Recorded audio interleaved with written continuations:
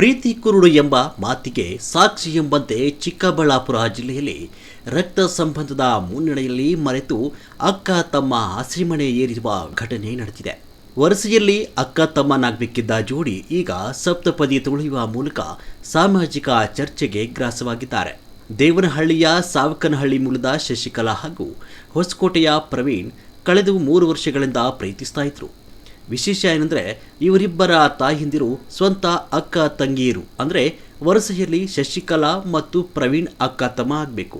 ಆದರೆ ಈ ಸಂಬಂಧದ ಗಡಿಯನ್ನು ಮೀರಿ ಇಬ್ಬರು ಮದುವೆಯಾಗಲು ನಿರ್ಧರಿಸಿದರು. ಶಶಿಕಲಾಗೆ ಪೋಷಕರು ಬೇರೊಬ್ಬ ಯುವಕನ ಜೊತೆ ಮದುವೆ ನಿಶ್ಚಯಿಸಿ ಲಗ್ನ ಪತ್ರಿಕೆಯನ್ನು ಹಂಚಿದ್ರು. ಇನ್ನೇನು ತಾಳಿ ಕಟ್ಟಬೇಕು ಎನ್ನುವಷ್ಟರಲ್ಲಿ ಶಶಿಕಲಾ ತನ್ನ ಪ್ರಿಯಕರ ಪ್ರವೀಣ್ ಜೊತೆ ಪರಾರಿಯಾಗಿದ್ಲು. ನಂತರ ಇಬ್ಬರು ಅಂಗಟ್ಟದ ಸೀವನಗುಡಿಯಲ್ಲಿ ಶಾಸ್ತ್ರೋಕ್ತವಾಗಿ ಮದುವೆಯಾಗಿದ್ದಾರೆ.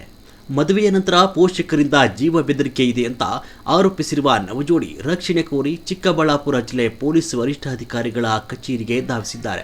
ಈ ವೇಳೆ ಕಚೇರಿ ಆವರಣದಲ್ಲಿ ಹೈಡ್ರಾಮಾ ನಡೆದಿದ್ದು, ಮಗಳ ಮದುವೆಯನ್ನು ಕಂಡು ತಾಯಿ ಆಕ್ರಂದನ ಮುಗಿಲು ಮುಟ್ಟಿತು. ಅಕ್ಕನ ಮಗಳಾಗಿ ತಮ್ಮನನ್ನೇ ಮದುವೆಯಾಗಿದೆಯಲ್ಲ, ಈ ಸಂಬಂಧ ಸಮಾಜ ಒಪ್ಪುತ್ತಾ ಅಂತ ತಾಯಿ ಮಗಳನ್ನು ಪ್ರಶ್ನಿಸಿ ಕಣ್ಣೀರಿಟ್ರು. ಆದರೆ ಯಾವುದಕ್ಕೂ ಮಣಿಯದ ಶಶಿಕಲಾ, ನನಗೆ ಪ್ರಿಯಕರನೇ ಸರ್ವಸ್ವ, ನಾನು ಪೋಷಕರ ಜೊತೆ ಹೋಗೋದಿಲ್ಲ ಅಂತ ಪಟ್ಟು ಹಿಡಿದಿದ್ದಾಳೆ. ಪ್ರಸ್ತುತ ಈ ವಿಲಕ್ಷಣ ಮದುವೆ ಪ್ರಕರಣ ಜಿಲ್ಲೆಯಾದ್ಯಂತ ಭಾರೀ ಚರ್ಚೆಗೆ ಗ್ರಾಸವಾಗಿದೆ.